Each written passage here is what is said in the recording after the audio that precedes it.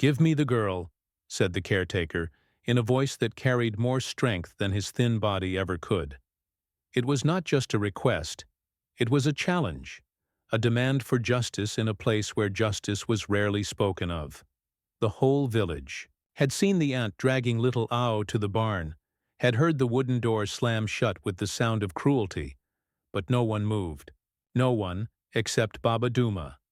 While the aunt believed her punishment would go unnoticed, the truth was that the village ears were wide open, though their hearts remained silent. Only the humble caretaker, the one people hardly paid attention to, stepped forward with the courage others lacked. He confronted the aunt directly, and to everyone's shock, offered to take in the child that nobody else wanted. The aunt, eager to be rid of what she saw as a burden, agreed without hesitation. And so, before the eyes of the villagers, Baba Duma reached for Ayo's small hand and walked away with her. People whispered, stunned by what they saw. "What can a poor man who barely feeds himself offer to a child broken by sorrow?" Some muttered. Others wondered why he would risk his peace for a girl who wasn't even his flesh and blood. The answer, however, did not come in the form of speeches or clever words. It came in the form of actions, quiet but powerful. And the very first of those actions was the most important one of all. A shared plate of food, eaten in silence, but full of meaning. That was where a new bond began, forged not with promises, but with compassion. That same afternoon, the sky seemed to take notice. Gray clouds covered the sun, and a restless wind carried the smell of change through the fields. Baba Duma walked, with steady steps, while Ao followed, barefoot, hugging her small body as if trying to hold together the dignity that had not yet been stolen from her. The distance to the caretaker's modest home was short, but for Ao, each step felt like part of a long journey of the soul, from pain toward something unknown. The caretaker's house was simple, almost fragile.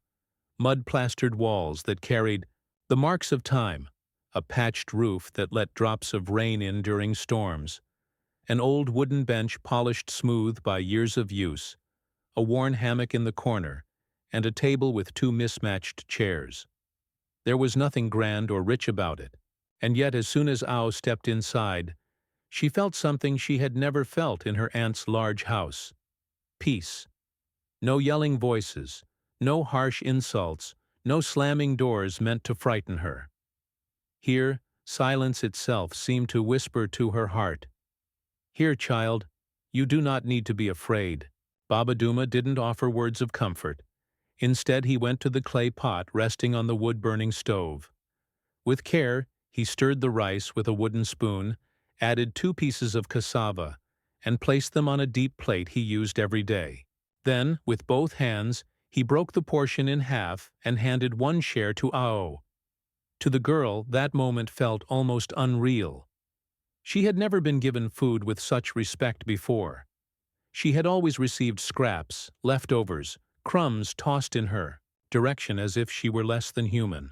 But here, in this quiet little home, someone was sharing equally with her. "No one eats alone here," Baba Duma finally said, his deep voice gentle, almost like a promise. He wasn't just giving her food. He was offering her a place in his world, a belonging she had been denied. Ao's hands trembled as she accepted the plate. The warm smell of rice and cassava filled her nostrils, stirring memories of her childhood before it had been stained with cruelty. She sat on the floor, leaning against the wall, and ate slowly, as if each bite was sacred. Her eyes glistened, carrying more gratitude than her mouth could ever form into words. That night, the girl asked for nothing. She simply curled up in the caretaker's hammock, pulling the fabric close to her face. Before sleep took her, she heard Baba Duma murmuring an old prayer, the kind the village elders whispered when life became too heavy to bear. His prayer was simple, stripped of all desire for wealth or comfort. "God," he said softly, "may this girl never be treated like trash again." And then silence wrapped the humble home like a blanket. For the first time in months, Ao slept without fear. There were no angry footsteps approaching, no insults spat into the dark, no slamming doors to jolt her awake. Instead, she dreamed of her mother's gentle touch, of the sound of rain on rooftops, of a place where her name could be spoken with kindness. When morning came, Baba Duma was already outside, tending to his chickens. He placed 2 boiled eggs on a clay plate near the hammock for Ao.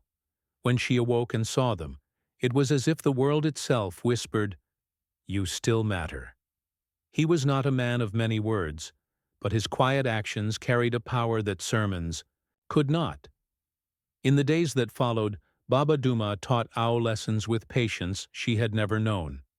He showed her how to tell good seeds from bad, how to water small plants carefully so the roots would live, how to chase away hungry birds without cruelty. "Even birds get hungry, girl," he told her. "They just can't eat everything."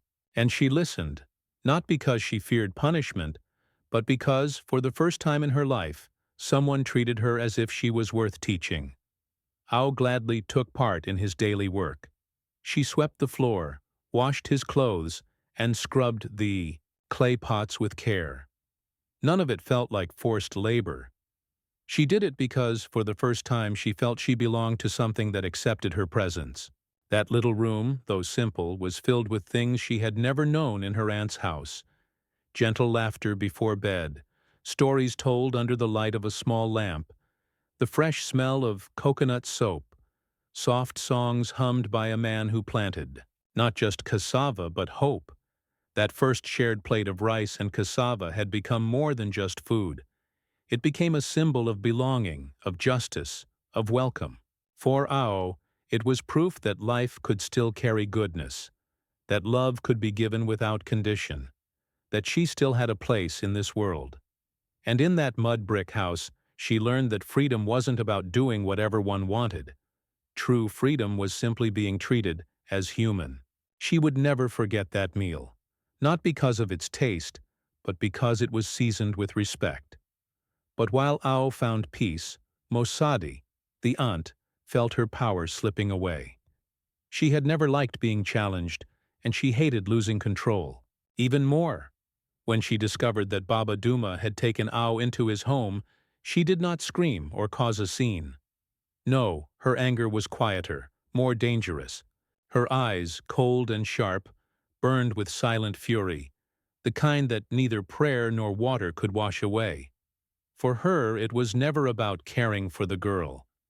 It had always been about power, about keeping someone smaller than herself underfoot. Losing Ao meant losing the mask she had worn before the community, the mask of being a generous, respectable woman.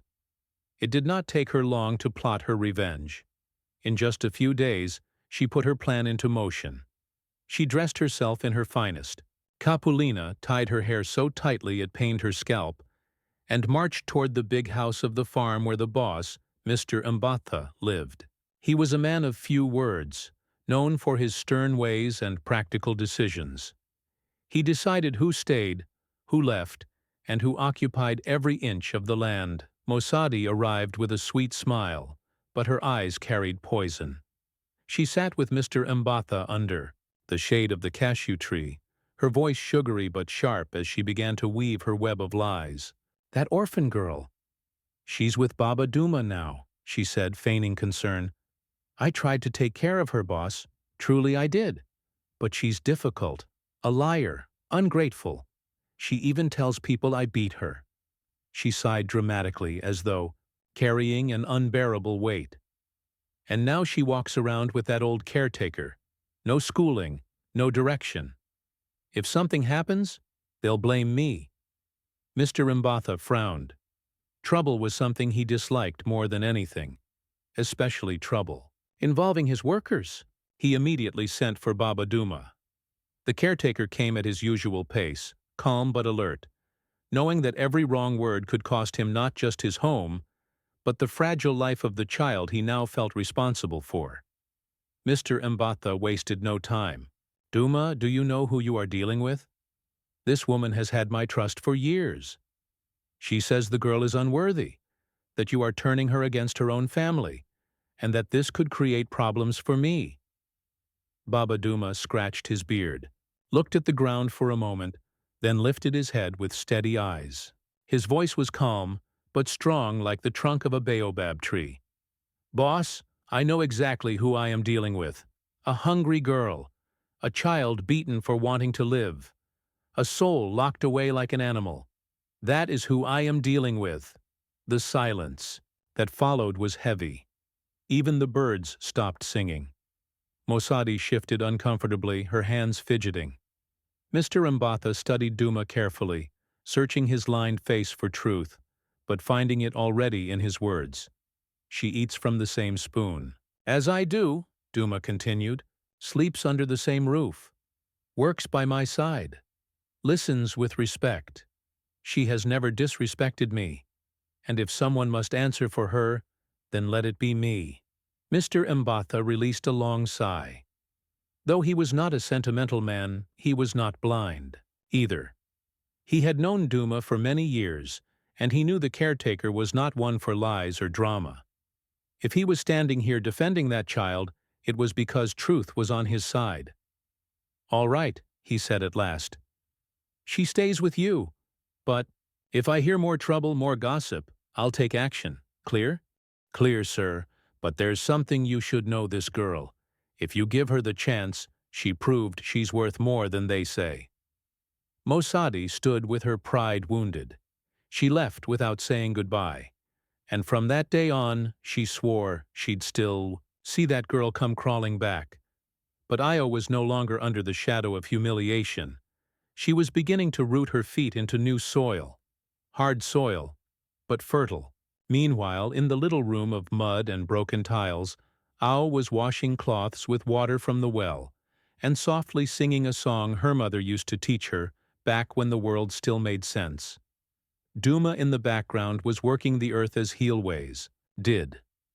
They said nothing about what had happened, but that night he served her a little more food on her plate. It was his way of saying, "You're not going back, not while I'm here."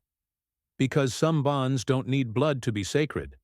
And what Mosadi didn't know was that the more she tried to shrink that girl, the more Ao would grow in the places no one was looking. Baba Dummer's little house was as modest as its owner. A small room at the back of the farm, hidden among banana trees, cassava plants, and crooked guava trees. Cracked roof tiles, mud walls that split in the heat and soaked up the rain. A dirt floor where ants made trails, and the wind slipped through the cracks without asking permission. But inside that space, Ao discovered that poverty had nothing to do with neglect.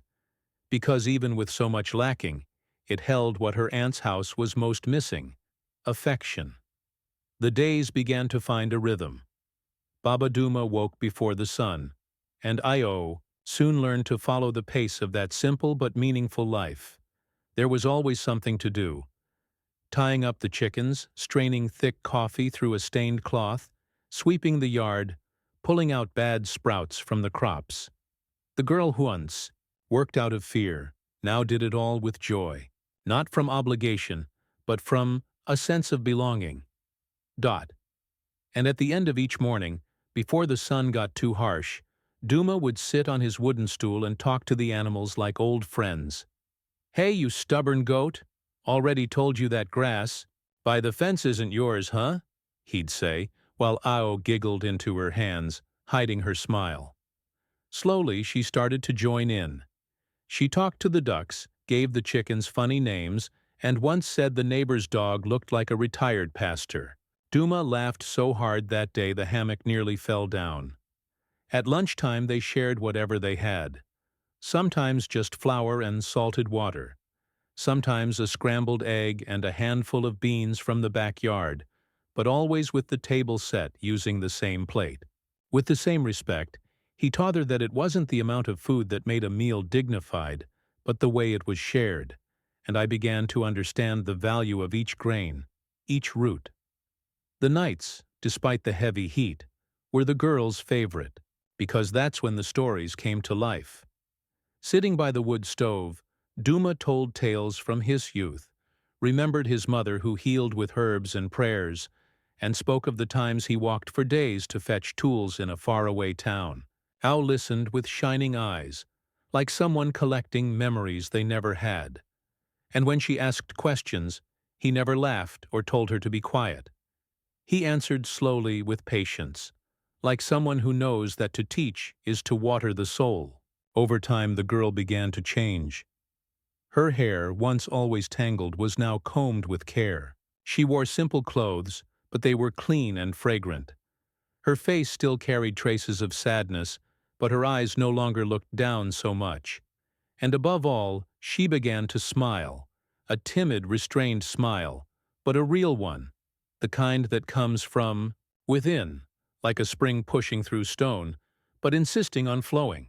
The house with the leaking roof became a home not because of what it had, but because of what it held when it rained and water poured in through the cracks. Duma would say we'll squeeze into the dry corner, but what matters is we're together. And Ao found that funny because it was true. Among the leaks, she felt something she'd never felt before. Safety. And when the lamp went out and everything turned dark, he would say, "Sleeping in the dark is life's way of reminding us that tomorrow there will be light again."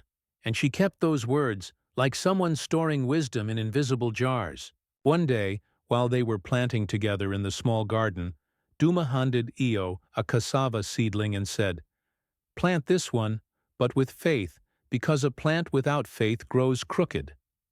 The girl looked at him and replied for the first time without fear, "Then plant it with me 'cause I'm still learning how to have faith." He stayed silent but smiled on the inside. He knew that sentence was more than just a reply.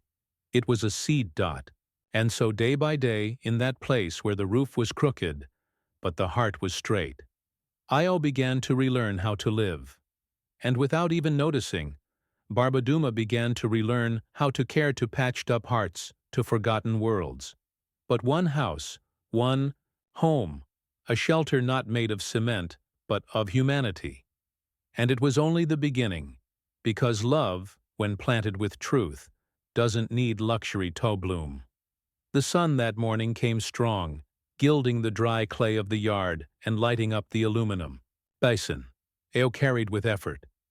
Inside it, Babaduma's shirt, old, stained with soil, the collar worn thin from so much use. It was the shirt he wore every Saturday when he went to the village market to sell eggs, buy flour, and talk with other farmers. It wasn't a pretty shirt or a new one, but Duma treated it with quiet respect. Like someone who knows that some clothes carry more than just fabric, they carry stories. Ao dipped the shirt into the water mixed with ash soap and began to scrub it carefully. There was no rush in her movements. Every fold was washed, as if she were also cleaning life's stains. As if through that simple gesture she could return to the old caretaker, a bit of the dignity he had never stopped cultivating. Before. At Musardi's house, she used to wash clothes with her head down, knees on the ground, hands raw from harsh soap. The water was cold, the bucket heavy, and her aunt's voice always came like a whip. "Scrub it right, you useless girl." But that morning, in front of the makeshift stone sink, no one was ordering her. No one was shouting. She washed because she wanted to, and that changed everything. Dorma watched from a distance, sitting under the shade of the cashew tree. He said nothing, just followed her with his eyes, amazed by the girl's care. Ao scrubbed, wrung, rinsed, wrung. Again. Then carefully she hung the shirt on the clothesline, clipping it with makeshift wooden pins. When she finished, she turned to the old man and said with a shy smile, "That's your market shirt, isn't it?" Duma nodded. Double quotes. "Well, now it's going to smell like important people clothes," she added, adjusting the shirt on the line like she was decorating an altar. He laughed, scratched his beard, and replied, "It's bad for a poor man to go round smelling bad." Ao smiled back. But her smile wasn't just joy. It was pride. It was belonging. It was the certainty that even without a name on a gate or money in the bank, she could contribute something good, beautiful, clean. That same afternoon she took one of the old cloths and sewed a small handkerchief. She used faded blue thread and a crooked needle, but she made it with care. She embroidered with shaky letters the word "Thank you." Then she left the handkerchief on the caretaker's hammock, folded with a guava leaf tucked inside to give it a scent. Duma found the gift at nightfall. He said nothing, but he placed the handkerchief in the pocket of his freshly washed shirt and started wearing it every Saturday, as if it were a charm. In the days that followed, Ao began caring for everything as if she owned the house, but not with arrogance, with care, with tenderness.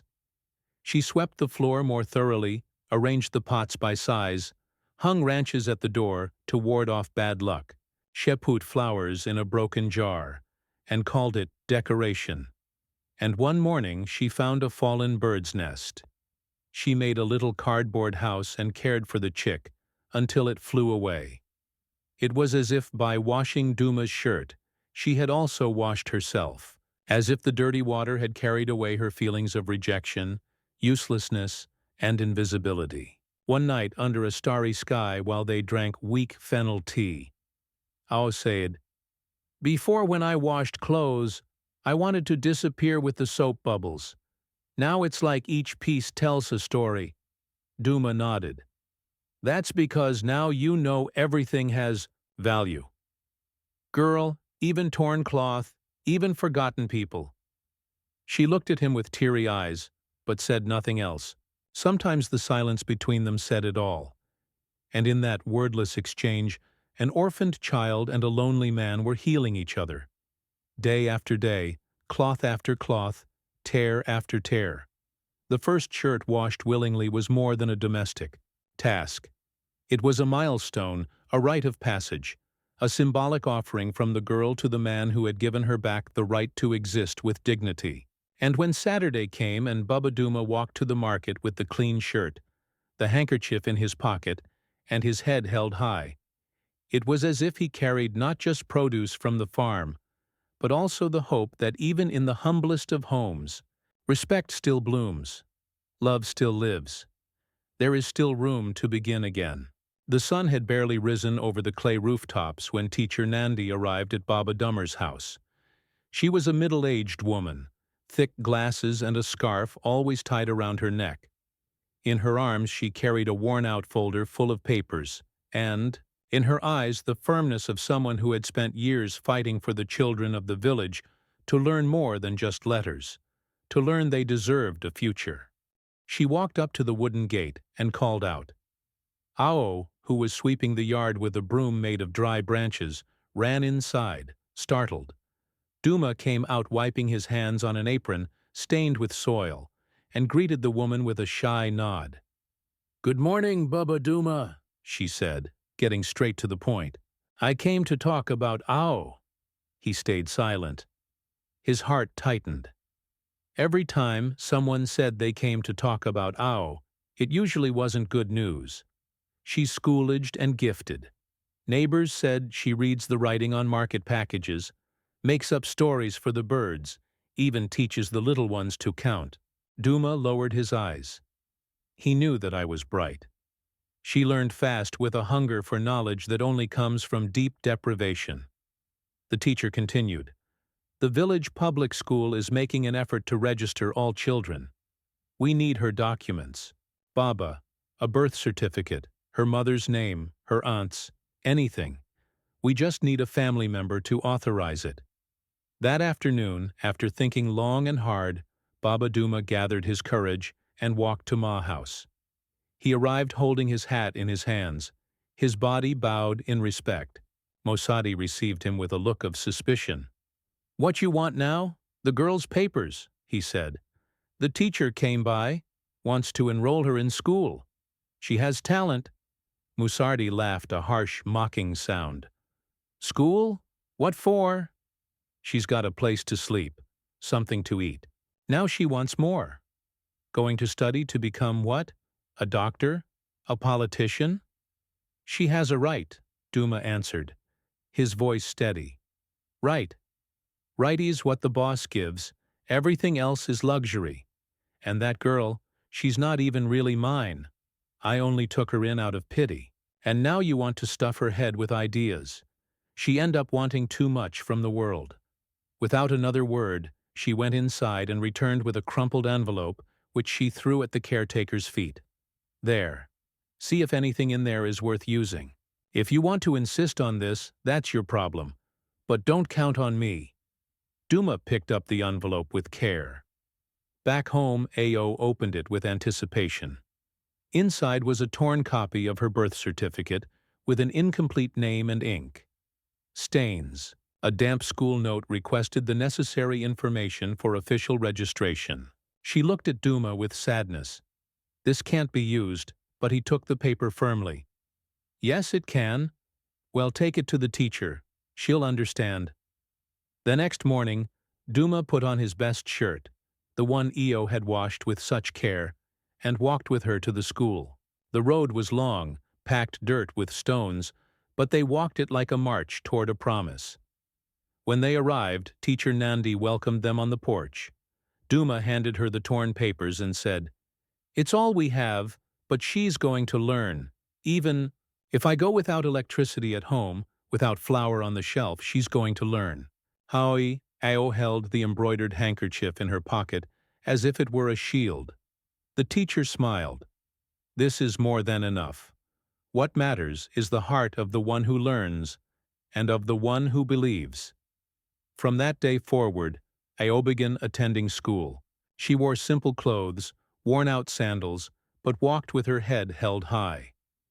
She carried an old notebook borrowed from a neighbor and used a pencil Duma had found in the bushes. And every time she wrote a new letter, it felt like another scar was healing. At recess, she sat alone at first, but all it took was one made-up story. A tale about a goat who wanted to fly for the other children to draw near. She wasn't just an orphan anymore. She was a girl with something to say. One afternoon near the end of class, she drew on the last page of her notebook a small house with a leaky roof and two people smiling, an old man in a hat and a girl holding a book. Above, she wrote in shaky but determined handwriting, "This is my real school and my father of courage." And so the torn note became a seed, and from it a new life began to grow. It was a sweltering Thursday with the sky threatening a thunderstorm, and the air thick with dust. The farm was restless, murmurs in the corners, glances crossing fences. Whispers passed from mouth to mouth like wind through dry leaves. Word was that the boss, Mr. Mbatha, was planning a surprise visit to the back of the property. And whenever MBA left the big house, something always changed. Baba Duma heard the news from the hurried words of the cattleman. "The boss is coming to see if he still got the girl." The news didn't shake him, but it didn't bring him peace either. He knew that his choice to take Io in hadn't been well received, by many, least of all Mai, who continued to spread venomous comments. Io was on the porch organizing the notebook she'd received from Teacher Nandandi. She felt a small knot in her stomach, as if a storm were building inside her.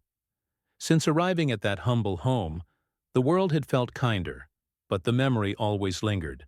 That all it took was one order from the boss, one decision from above, and everything could be taken away.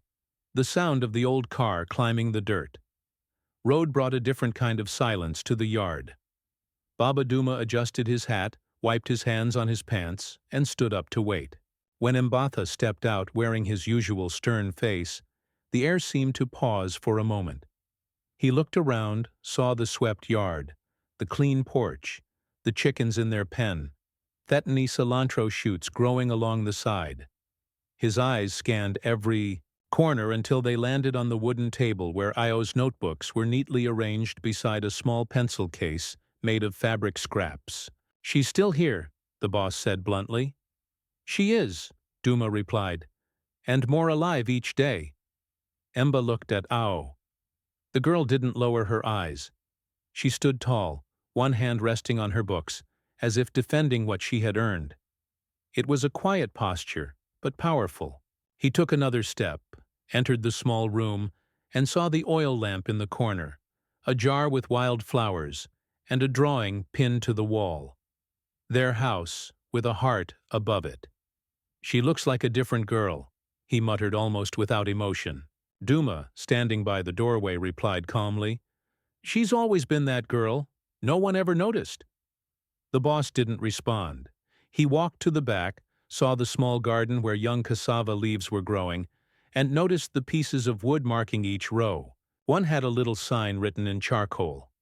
"I planted this one." It was simple, but it had weight. It was as if the girl were telling the world she now had roots. Ambatha scratched his chin, looked at Duma again, and said, almost as a warning, "Raising a child is serious business. If anything goes wrong, you're the one responsible." "I know.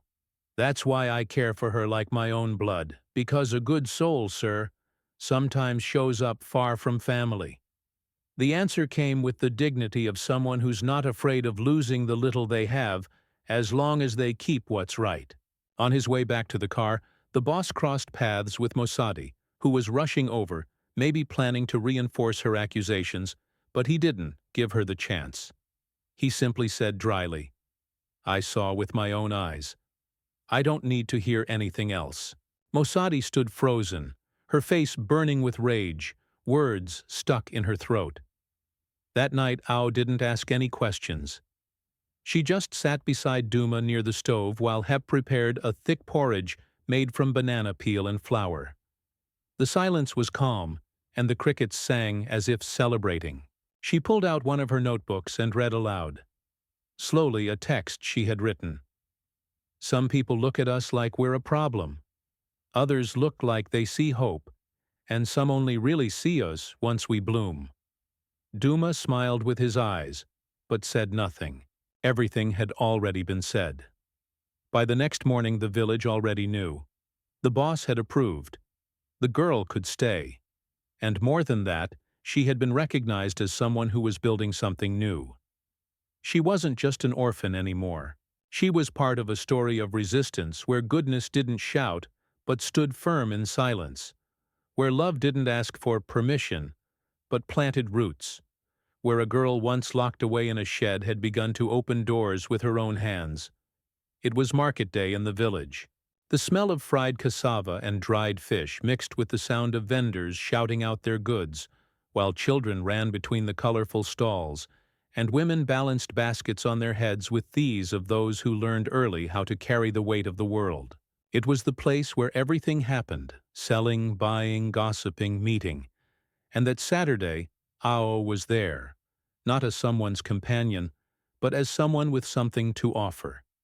The day before, she had spent the afternoon sewing with a crooked needle and borrowed thread, dishcloths made from old rags that Baba Duma used for cleaning. She washed each piece with soap and lemon peel, laid them out in the sun, and selected the ones that still had dignity. Then she sat patiently and embroidered flowers, crooked letters, and the occasional clumsy bird. The stitching wasn't pretty, but it was sturdy, and each thread held her story.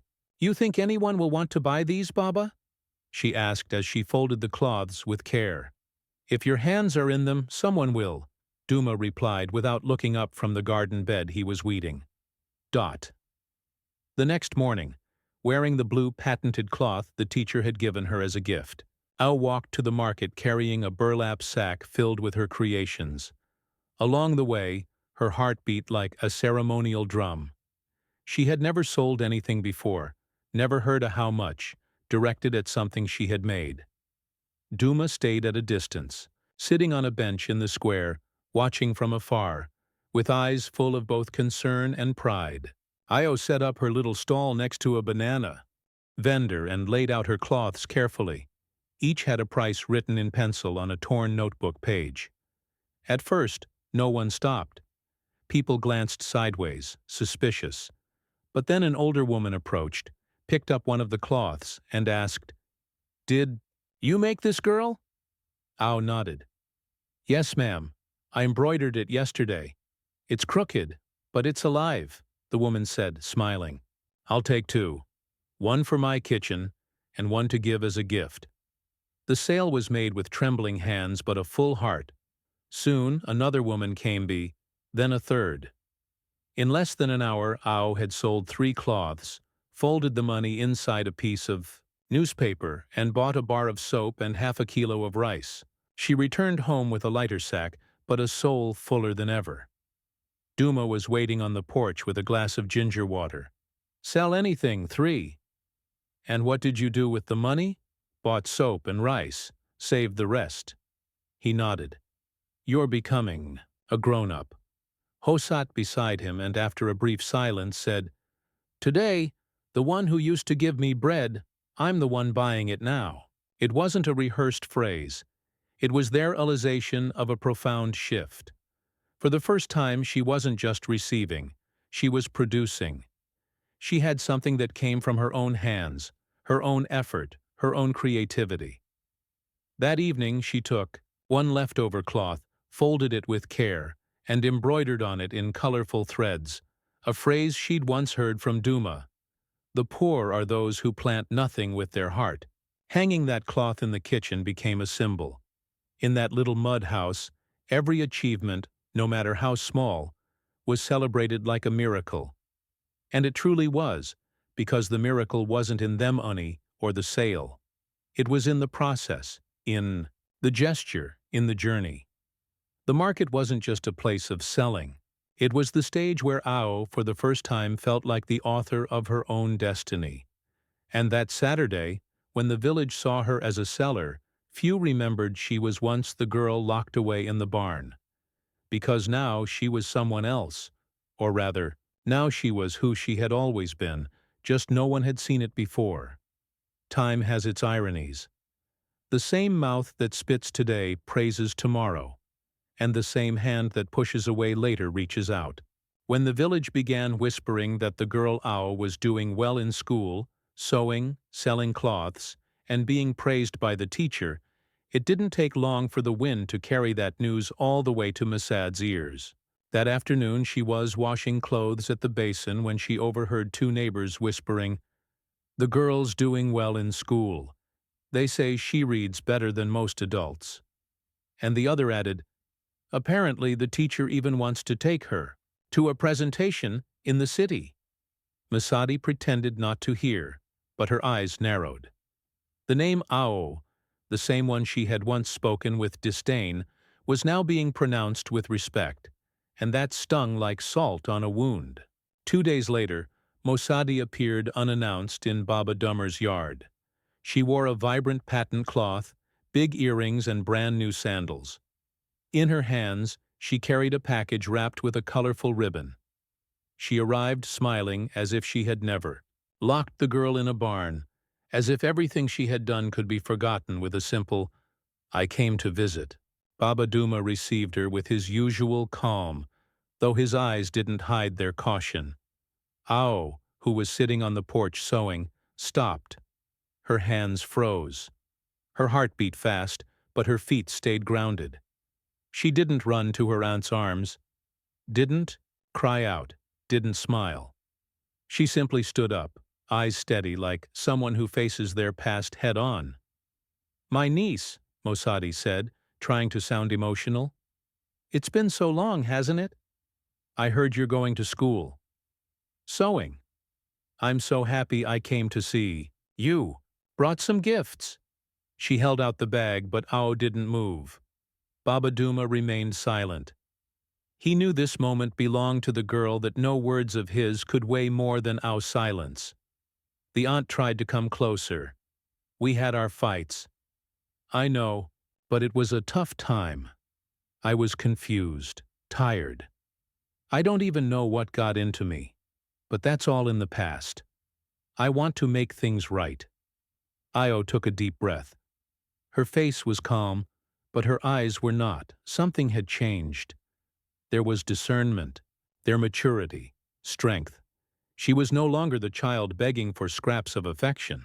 She was a young woman who had built through pain and courage her own voice.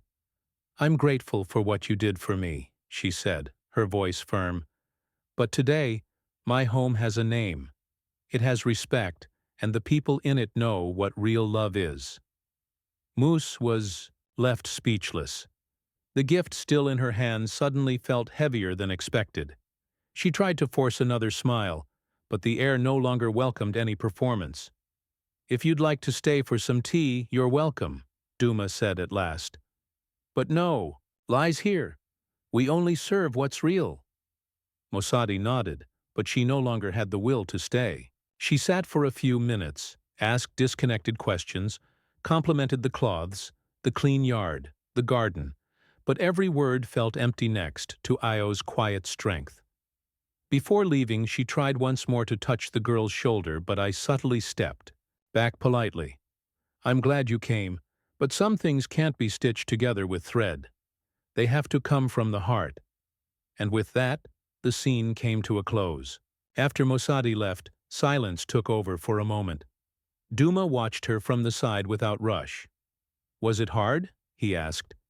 Du replied, eyes to the ground. "It was, but it was right." That night she didn't cry, didn't write in her notebook. She just sat, beside the old caretaker, looking up at the starry sky. It was as if she were telling the universe, "I'm no longer the girl locked away.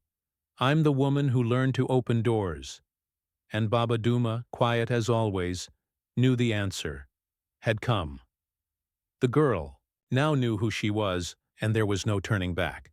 Because once you learn to recognize yourself, you no longer bow to those who once erased you. That night, unseen by anyone, Ao picked up the gift her aunt had left on the porch, unwrapped it carefully, and donated it to a neighbor who was raising 3 children on her own. She simply said, "Someone else will make better use of it than I will." And with that small gesture, she returned the past to its rightful place, outside the house, outside her heart, but never outside her memory. Because remembering is part of growing but forgiving, that's what allows the soul to bloom. The rainy season always arrived without asking permission. The clouds covered the sky like a thick, dark blanket, and the sound of thunder seemed to come from deep within the earth. That day, Ao had woken up early to lay dry leaves around the garden, protecting the younger sprouts. Duma, as always, had gone out to the fields. The air was heavy, stifling, as if the world itself was holding its breath before falling apart. And then it did. By mid-afternoon, the wind came with fury. It tore off leaves, swept across the yard, knocked over buckets. Within minutes, the rain began to fall in thick, merciless sheets. Ioran inside, holding her notebooks wrapped in her apron. But the house couldn't hold. The oldest roof tile was the first to fly, then another, and another. When Baba Duma came running back, soaked to the bone, there was already more sky, then roof above their heads. "Grab what you can, girl! Quick!" he shouted, trying to cover the holes with cloths and pieces of wood. But it was too late. The mattress was soaked, the pots overturned, the oil lamp shattered. The small house that had endured so much pain now gave in to the weight of the water, as if it too were crying from within. When the storm passed, only mud, silence, and heavy breathing remained. Ao sat on the wet floor, hugging her knees, hair stuck to her face. Duma came close, sat beside her, and the two of them stayed there for long minutes. They said nothing. Sadness needs no words. But the next day, the quiet miracle began. First came old Nana with a sack of cracked roof tiles left over from her porch repairs. Then Wame, the village carpenter, appeared with a hammer and nails. Next came the brothers, Taibo and Senf, bringing banana leaves to line the floor. A neighbor brought an old tarp. Another arrived with hot food.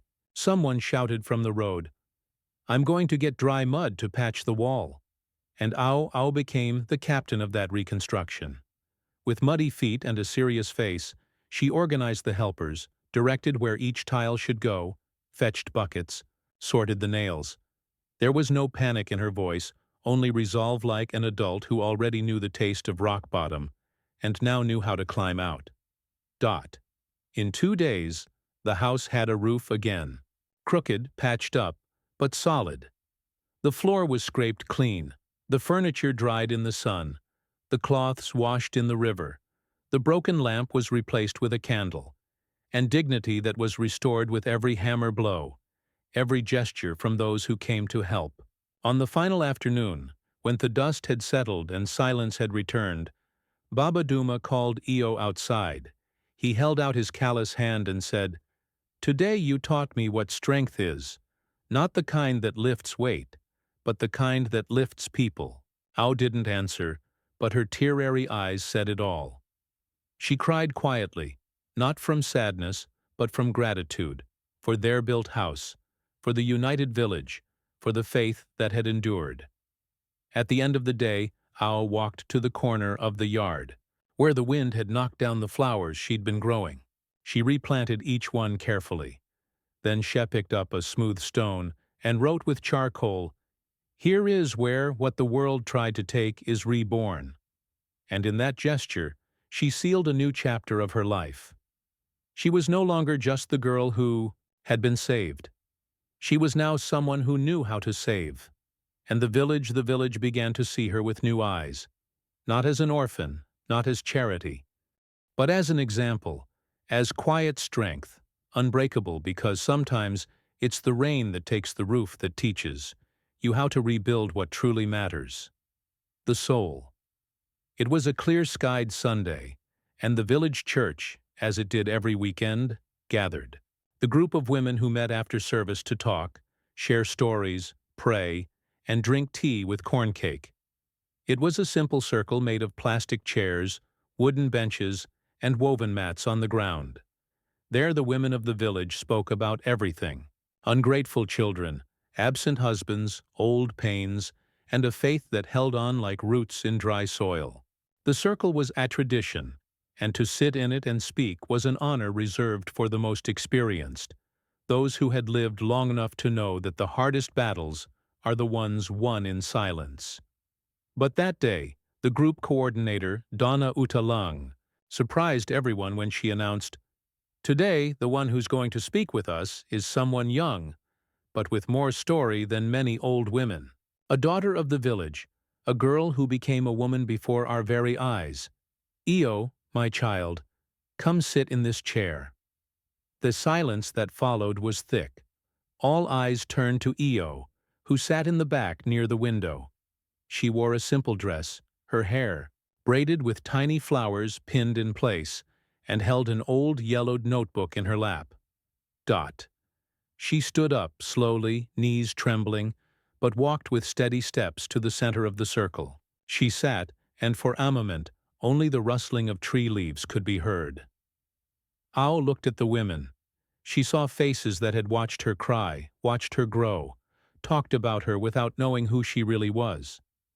She also saw eyes that now looked at her with respect, with curiosity, with a silence full of reverence. She took a deep breath, then spoke. "I'm an orphan by blood, but a daughter by action." The words dropped like a stone in water. The women looked at one another. Some bit their lips, others sighed, but no one interrupted. "I was taken into a house where I wasn't seen as a person. I was a servant, a burden. I was beaten, locked up. I thought I'd die there, that God had forgotten me." She paused, not for lack of words, but out of respect for what she was saying. "But that day when I was locked in the barn like an animal, someone heard me crying and pulled me out. Baba Duma." She looked toward the corner of the room where the old caretaker sat quiet, his hat in his lap and eyes filled with tears. "He never made me promises. He just said, 'I don't have much, but I don't hit those who have even less than me.' And with that I gained a home. I gained respect. I gained faith." The tears flowed. Now, silently, a clean cry, the kind that comes from someone who's bled on the inside, but never let the wound rot. "I didn't come here to ask for pity. I came to say that love doesn't need a last name, that home is built with patience, that strength doesn't scream, it nurtures, and that a child who is welcomed can grow into a woman with wings." Donna Italang stood, her eyes glassy, and took Io's hand. "You're not a girl anymore, you are rude, and today this circle is yours too." The other women applauded, some quietly, others with strong claps. There were those who cried, who whispered prayers, who softly said, "May God keep you just like this." Baba Duma didn't go up to her. He simply clutched the embroidered handkerchief in his pocket, the same one Ao had given him years ago, and bowed his head. Not as one who thanks a daughter, but a blessing. That late afternoon, as the sun slipped behind the mountains, Ao walked back home with a light step, and her head held high, not out of pride, but because she knew at last that her pain had become a path for others. And along the way, several women called her by name, not the orphan, not the caretakers. Girl, now she was Io, and that was enough. The years passed with the serenity of a river that even when facing stones never stops flowing. Io grew up, and with her the respect the village had for her story grew too. She didn't become rich. She didn't move to the big city or buy a house with high walls. But her life became a lighthouse, a light not lit by spotlights, but by quiet gestures, by honest words, by the glow that only those who have survived. Darkness, know how to carry. The school that once turned her away, the one that asked for torn documents as if a child's worth lay in a certificate and not in their heart, now invited her to speak. Teachers, parents, students, everyone wanted to hear what she had to say. The principal, moved, once said, "It's rare to see a story of resilience so full of truth. Here, Ao, you're more than a student, you're a seed." At the talk she gave at the school, Ao didn't use fancy words. She didn't prepare a speech. She stepped onto the small makeshift stage in her simple blouse and braided hair, and simply said, "I was rejected for being an orphan, for being poor, for being invisible. But I became who I am because someone believed in me. And today, I want to be that someone in another child's life." Her words echoed through the room like a prayer, and that day, 2 families in the process of adoption volunteered to take in children from the village. Not out of charity, but out of conviction. The village changed slowly. Like all things true, the community center began housing a section for children in vulnerable situations. Teacher Nandi led the project. Baba Duma donated vegetables from the field. Ao sewed dishcloths to raise funds. Everything came from the ground, from need, but also from faith in better days. MOSAD. For her part, watched everything in silence. Every Sunday she sat on the bench in the square, observing the village from afar. She saw her niece passing by, greeting people, smiling with dignity. She never tried to approach again, and Ao in time held no anger, only distance. Sometimes the greatest form of forgiveness is silence that no longer asks for explanation. One afternoon, Baba Dummer, now with weak legs and eyes that watered, Moore was surprised by a ceremony organized by the village itself. Men, women, youth, and children gathered to honor him. They gave him a simple plaque made of reclaimed wood and metal, with the inscription, "For teaching without shouting, for loving without expecting anything in return."